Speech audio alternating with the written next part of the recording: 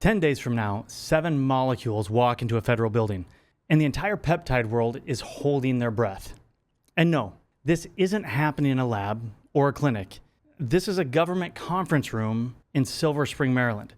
And here's the part that should really bother you. Almost nobody talking about it online can actually tell you what's on the table. Right now, they're celebrating, they're panicking, they're selling, and most of them are confusing 3 completely different things. But here's what nobody wants to say out loud on either side. Hear this. The science on these peptides barely changed since they were restricted a few years ago. What changed completely was the politics. So if you're cheering, I want you to slow down. If you're scared, please also slow down. The honest version of this story cuts against the hype and the ban at the same time. So let's do the thing nobody else is doing. Let's actually read the agenda and then ask the question everybody's avoiding.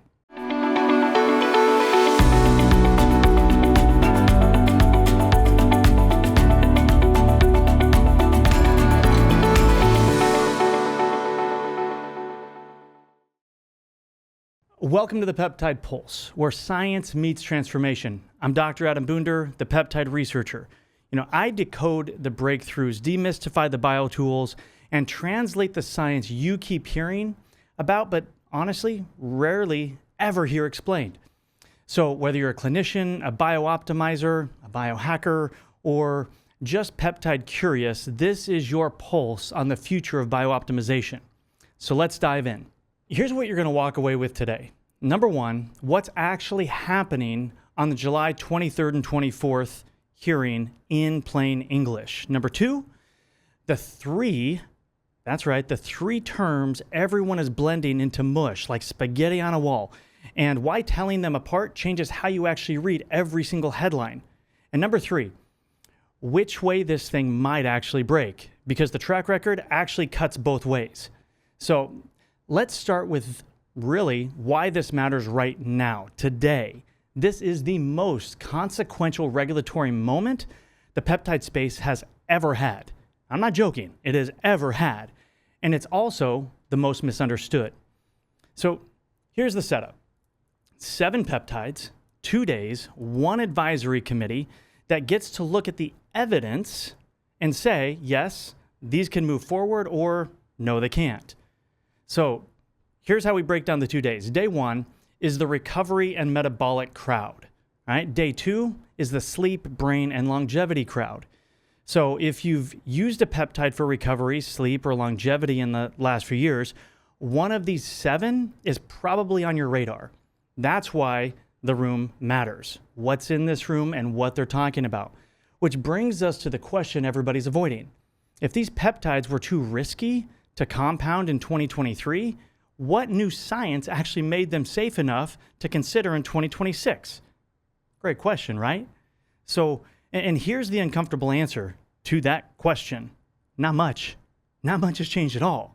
Now, the word everyone fixates on is unsafe. That's right, unsafe. Back in 2023, the FDA effectively labeled a group of these peptides as substances that really shouldn't be compounded.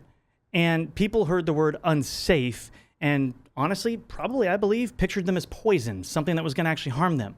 But that's not really what happened.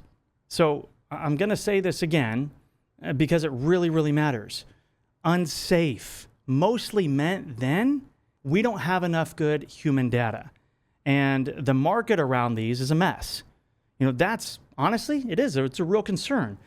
But it's a different concern than this molecule, such as BPC-157, actually hurts people. I'm just giving an example, people, so I'm just throwing that out there.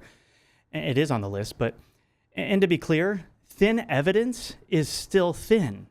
Meaning it hasn't changed. Saying it wasn't proven dangerous is not the same thing as saying it's actually proven safe. Both of those are true at once, and you have to hold both of them together. Now, here's the part that should really make you sit up. Really stand in attention to hear what's going on. Our regulatory system will often come down harder on a molecule with thin evidence and a messy market than on an approved drug with a massively thick file of documented serious side effects. Think of opioids and some of these other drugs that are out there. And I have to be honest about, but really, what that does and doesn't prove. It does not prove peptides are safer than approved drugs. What it proves is something more subtle. So I really want you to listen here. It proves the system values three things almost above all else. Number one, a clear pathway. Number two, a real evidence standard. And three, really controlled manufacturing. If you miss those, and it doesn't matter how good the anecdotes are, really, you're not going to move forward because it doesn't matter really how good the anecdotes are. If you don't have them, you're not moving forward, which when you think about this, really is really the whole peptide story in one sentence. Great stories, thin files, a wild market, and a regulator that only speaks one language. All right? That language is evidence and control. In other words, the peptide world keeps trying to win the argument with passion and hype and stories, while the FDA only accepts the argument in paperwork, documentation, what's sitting right in front of them. We're bringing a vibe to a documents fight. Really, it's not mixing. So if the science didn't move much, what did? I mean, I think that's a great question. And here it is. It's the politics. And I'm going to say this as plainly and as neutrally as I can because it is public record. You know, peptides really have champions in very high places right now. And that really peptides didn't have 2 years ago. And that's not a conspiracy. It's just, honestly, it's the weather. It's the way things shifted.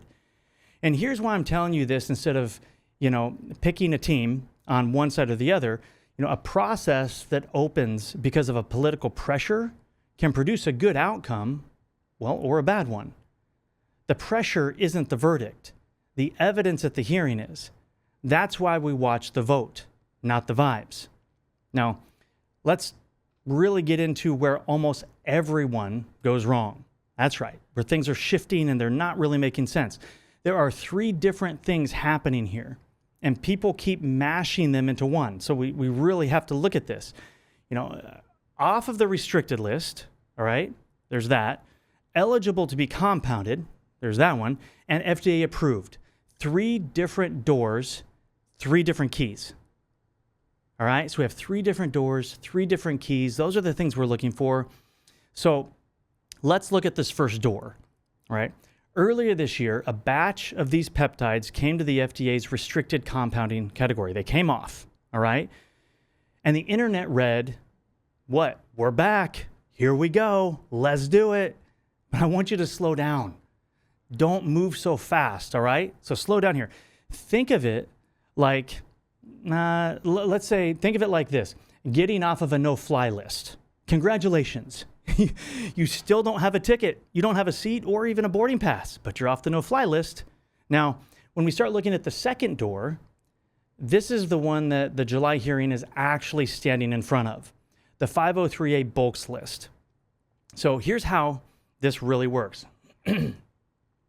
If the committee says yes, and the FDA later finishes the paperwork, see there's a couple parts here, got to say yes, FDA finished the paperwork, these peptides go onto the menu. So we've got a menu now. A licensed pharmacy could make them by prescription for an individual patient. So that's the prize everybody is watching for. But notice the ifs. The committee recommends. It doesn't flip a switch. Again, if the committee recommends, it doesn't just flip a switch. It's like you're off the no-fly list, but do you have your seat? Do you have your boarding pass? Do you have those things? And then there's the third door. And this is the one that really gets buried. Even in the best case scenario, the committee says yes. The FDA finishes the rulemaking. A pharmacy can legally compound it. It is still not an FDA-approved drug. So here's the distinction. Approved means a company ran the big trials. Okay, it provided safety and efficacy, all right, for that specific use. And the FDA signed that off. None of these 7 have done that. Compounded means a pharmacy can legally, and they are legally permitted to actually prepare it for one patient at a time. That's a pathway. It's not a stamp of approval. So we're going to lock this in now. Let's really get into this. Okay, off the restricted list clears the doorway. On the bulks list unlocks the door. And the FDA approved is a different building entirely. So the question everyone actually wants answered, well, is it going to pass? And here's my honest answer. I don't know. And if you think that you do, you probably don't. And anyone who tells you that they know for certain, honestly, is probably selling you something. But the track record is genuinely fascinating if we really look at this, because it actually cuts both ways. Let's start with, well, the reason for hope. I like to start with hope. I don't live on hopium, but I do want to start with hope.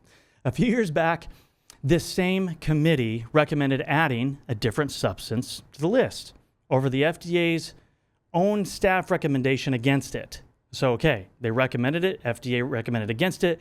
So this isn't a rubber stamp in either direction. And that was actually for glutathione.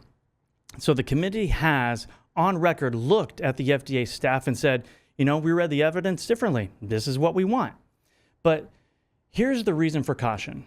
All right, so they did say yes. But my reason for caution, and why anybody should have some caution in this, again, nobody knows. The last time peptides went in front of this committee in 2024, they got rejected. CJC 1295, there's a few others, but every single one of them got rejected. So if you're assuming this is a victory lap, the most recent history actually says don't take that lap yet. So why does this round actually feel different? Because everybody keeps saying they're excited, this is here. There are two reasons why this feels different. Number one, the evidence on trial, well, is evidence for a specific use. Most people don't realize this. It's not just general hype. The committee weighs whether the studies are strong enough for that one nominated use. And here's the honest part. For several of these, the human evidence actually is really thin. That's not meant for me to be negative. That's the actual state of the science, and the committee knows it.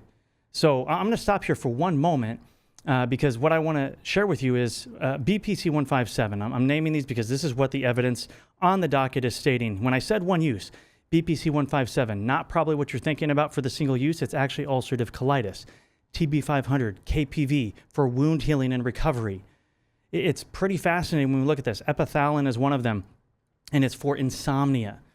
So a lot of times the specific use is not what you've been thinking. It's because you need to have an understanding of what these peptides do. So again, that's kind of the stance that they're taking. They want to look at the evidence. Number two, the political weather changed. That's right. The weather has completely changed. There's outside pressure on this question now that simply wasn't there in 2024. And when you put those two things together, specific use for a product and the political weather change, this tailwind that's coming through from Make America Healthy Again, people in their positions, when you put those together, honestly, you get a real contest. Thin but improving evidence, a committee that said no before, and more outside pressure than peptides have ever had. That's why nobody honestly can call it. It's all over the place. So here we go. Let's bring it home. What does the average person actually do with all of this? All right? If you're a consumer, number one, stop reading "it's legal now." Because most people are reading those posts and they see it as gospel. And they go on and they're probably buying from gray market stuff. Just stop. Off of the restricted list is not the same as available at your pharmacy. We just walked through why. Okay, so there's that understanding. And please, please, please, please, a substance being talked about at the FDA is not a reason to go chase it from some random gray market website on TikTok or Reddit. It's not an open book there. Okay, just don't do it. That's the exact risk that this whole legal pathway is actually trying to fix. Now, if you're a clinician, think of it this way, as a watch the docket, don't pre-stock moment. The smart operators are getting educated. They're not getting ahead of the rulemaking. So just listen and watch July 23rd and 24th. And if you're a provider trying to build real peptide education and compliance into your practice, that's exactly the work that we actually do in Precision Practice Mastery. So if you remember nothing else, All right, please remember this. Number one, on July 23rd and 24th, an FDA committee reviews 7 peptides for a legal compounding pathway. All right, there's other factors there. Number two, off the restricted list, eligible to be compounded, and the FDA approved are the 3 different things. They're not the same. They're all 3 different things, and most headlines blur all of those into one. And number 3, the committee has overruled the FDA before and rejected every peptide before. So watch the actual vote, not the hot takes, not the stuff that's thrown out there on TikTok and Instagram and all these other stuff. You know, here's what I love about this moment, and just to really focus in on here. For the first time, a lot of these molecules are actually getting a real public evidence-based look. You know, it's really happening. It's happening out loud. It's happening on the record. It's right there in front of us.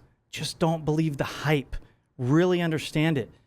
You know, it's not a thread to the peptide world. This is really, and most of this is a thread that most people are listening to and not fully understanding.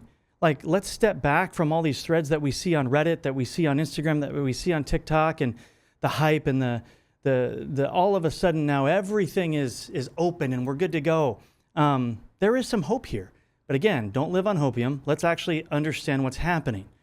So within this happening too, it's not a threat to the peptide world. You know, it's the peptide world finally is actually being taken seriously enough to actually be examined. It's a step in the right direction. So don't bring me a verdict on July 25th that you got from a comment section somewhere. You know, the science honestly has barely moved. The politics moved a lot. And the only thing that settles it is the evidence that's actually going to be in that room. So let's cheer if it passes. And honestly, don't panic if it doesn't. Just read the file before you pick a side. Just really understand. You know, less force, more source, more understanding. Because here's the thread I keep pulling on. We spend all of this energy fighting over which molecules we're allowed to add in. We almost never ask the more interesting question, what the body was already making before we actually showed up. We'll get into that soon, and we're really going to understand that. That's what the peptide pulse is about.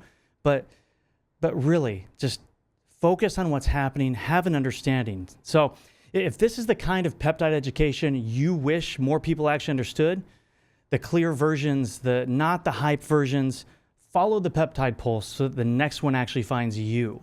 You know, I dropped the full written breakdown of every date, resource that I talked about today in the description below. The actual headlines of what's actually going on. Read it before July 23rd so that you can actually watch the hearing like someone who actually knows what's on the table. It's kind of important. You know, add a drop in the comments. Which of the 7 are you actually watching the most? I'll definitely read it. I'm excited to see what you're actually watching. This conversation is only getting bigger. I'll see you on the next one. And if you haven't already, make sure you subscribe to the Peptide Pulse.